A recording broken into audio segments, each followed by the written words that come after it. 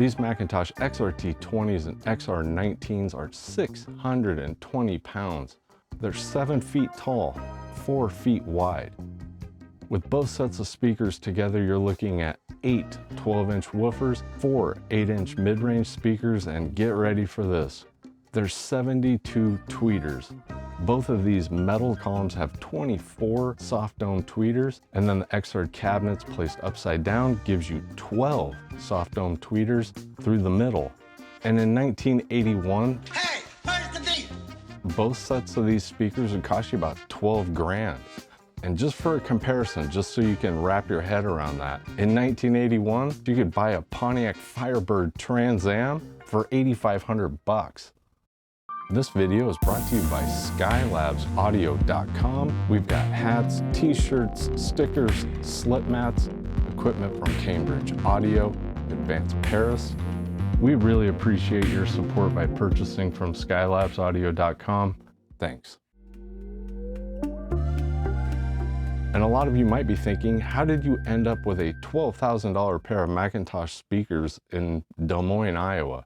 I got a call from one of the stereo shops here in town 9 years ago or so. This is before Skylabs was even a thing. They called me up. They knew me as somebody that would do speaker refoam jobs. They said, we just bought this huge collection from an eye surgeon here in town that unfortunately just passed away.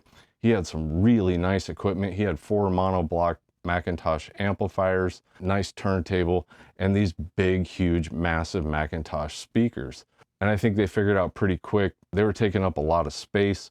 All the woofers and the mid-ranges needed to be refoamed, hence why they called me. And they pretty much said, you know, we'll make you a really good deal on them if you can come get them out of here, because we don't want them taking up all this space. Totally understandable.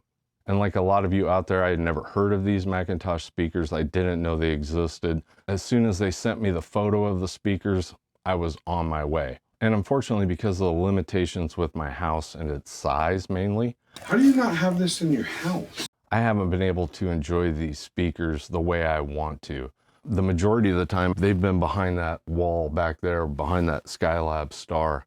That's where they've been resting for the last 5 years probably. And because recently I got a little bit more storage, I thought, you know, let's get them out of there. I'll put them in the back area for a couple weeks. I'll let some of my buddies check them out. They can finally hear them after me blabbing on about them all the time.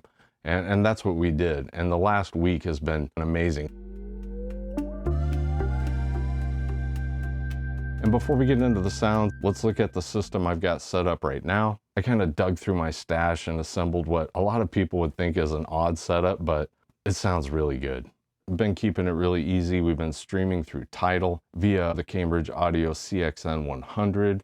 Out of that, we've been going into my newly refurbished Dynaco Pass 2 tube preamp. And from there, we're going into a Pass Labs X250 amplifier. You don't have to have a trained eye when looking at the inside of an X250 to see how well these things are made. It's a work of art. And since we are running both of these cabinets into one amplifier, both cabinets are 8 ohms, which essentially drops it down to 4. And that Pass Labs X250 is actually capable of pushing 500 watts per channel into a 4 ohm load. And that's what we're doing. And I'm telling you, those McIntosh speakers will take it. But on the flip side, I've also had those McIntosh powered off of, 50 watt per channel Sansuis. Last week at one point I had a CA1000 hooked up back there. It was definitely not as effortless as that Pass Labs X250. It did okay. They don't seem like they're that hard to drive with anything even as low as 50 watts per channel. These speakers are not ported. They are very thick, very well constructed cabinet. You have to keep in mind it is McIntosh.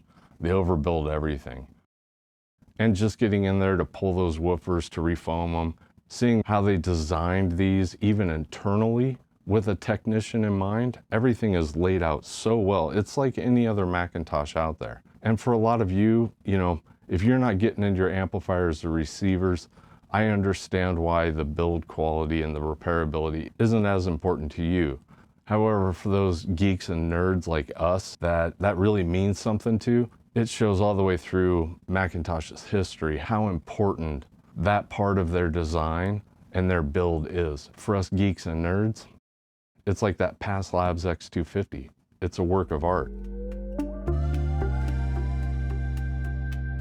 And with the sound of these McIntosh, I'm gonna do my best to explain it to where you can get an idea of what it's like to sit in front of these, because it is so unique.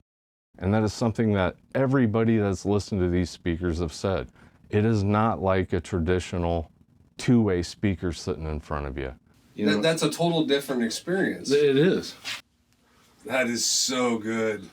You know, and I've heard Magnapans, I've heard Martin Logan's. It's still not the same. And because I haven't heard the Infinity and the Genesis IRS speakers, the ones like Paul McGowan has, I can't reference that, but I can assume, you know, these are close to that. And when people reference wall of sound, even though that was actually coined from Phil Spector and his production approach when recording bands like the Ronettes and stuff like that, it definitely has a massive wall of sound effect. Wow. It's a wall of sound. You know, that music is really, you can't pinpoint. You know, it's not that the instruments don't have definition. It's not that. It's just that this wall of sound is just coming at you. It's like a big blanket. It is.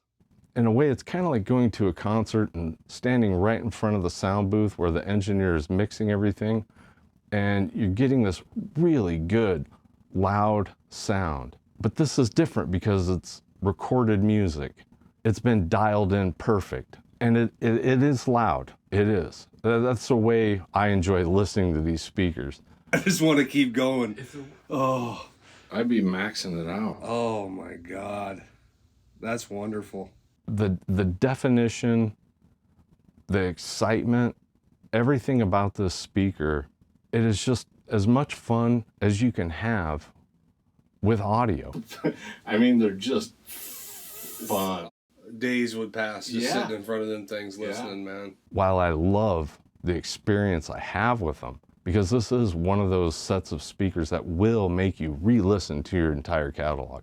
I've spent hours in front of these speakers in sub-adequate rooms, just listening over and over and over, just losing track of time.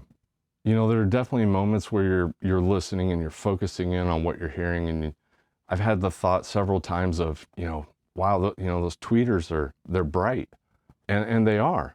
But then, you know, you shift your mind, you shift your focus to the bass, and that bass is unreal. There's absolutely no way you need a subwoofer with that speaker system. And that says a lot coming from me, because I am definitely pro subwoofer. I don't think I've ever sat in front of a home stereo that is able to produce that bass that feels like it's physically touching you. I've been in a lot of cars, even competition cars, that have amazing sound systems in them. And that bass, literally, it kind of hits you. It feels concussive. You know, I'm not talking about the big blubbery bass that rattles trunks. I'm talking about, you know, competition, really good sounding car stereo systems. And the one thing that those car stereo systems seem to be able to do better than home stereo systems, that punch, that kick to the gut, if you want it. And sometimes I want it, depending on what I'm listening to. This is more like a concert. Mm-hmm. It's not, it's like, because you can't really tell where things are coming from. No. I really just don't think the speaker system is lacking anything. It has it all. It is balanced. The mids are incredible, the highs are incredible, the bass is incredible. The other odd thing about the speaker system is, I'll be honest with you, I don't like McIntosh speakers. I've had XR17s, XR16s, XR14s. We've had the ML1s. I've had quite a few McIntosh speakers, and to tell you the truth, unless I can buy them really cheap, I don't buy them. They sit on the floor forever, even with that McIntosh badge. I am definitely not alone in that opinion. I think, you know, McIntosh is really known for its amplifiers and preamplifiers. They're not known for their speakers.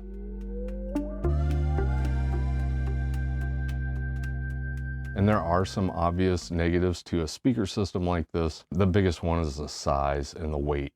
You know, these aren't for everybody. You really need a really good sized room that's pretty much going to get dedicated to only music. You know, while I think most people would love to hear a speaker system like that, most of us just don't have the room or the ability to own something like that. I feel really lucky that that pair is mine. And my goal definitely is to, you know, spend a year with them in a really good room, get my enjoyment out of them, and then I'm going to pass them along.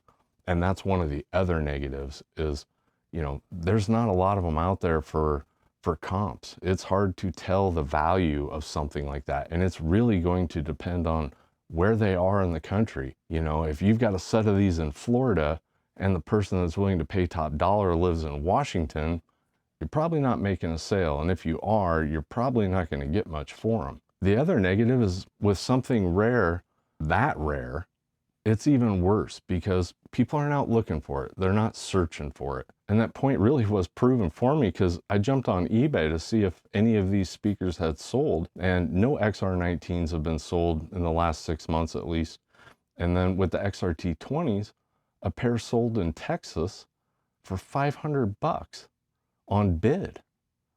Somebody got an amazing deal on a pair of XRT 20s.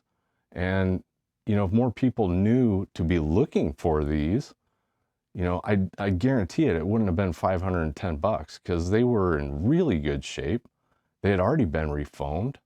You know, whoever bought them they've been laughing since they bought them, and they are having a really good time with a really nice set of speakers. So as of right now, I'm sorry, they're not for sale. I want to hang on to them. I want to hear them. I want to enjoy these speakers before I let them go, because otherwise it's going to be one of the biggest regrets of my life. Maybe I should have waited to do this video until I was ready to post them up. I probably should have, but that's okay. It's not all about money. And unfortunately, most likely by the time you watch this, I'll have the McIntosh taken down and in storage. For everybody that got to hear them, I'm glad you did. They're just so space consuming that I just don't have a choice right now. Maybe someday we'll get a bigger shop. We'll be able to pull them out again. I'll let you all know so you can come in and have a listen for yourself. And if you're enjoying the content, there are several ways to support the channel, either from purchasing through skylabsaudio.com, or if you'd just like to help the channel grow, do us a favor. Just give a thumbs up in the comments. That helps this channel immensely. I thank you all very much. Thank you for watching another video. We'll see you in the next one. Thanks.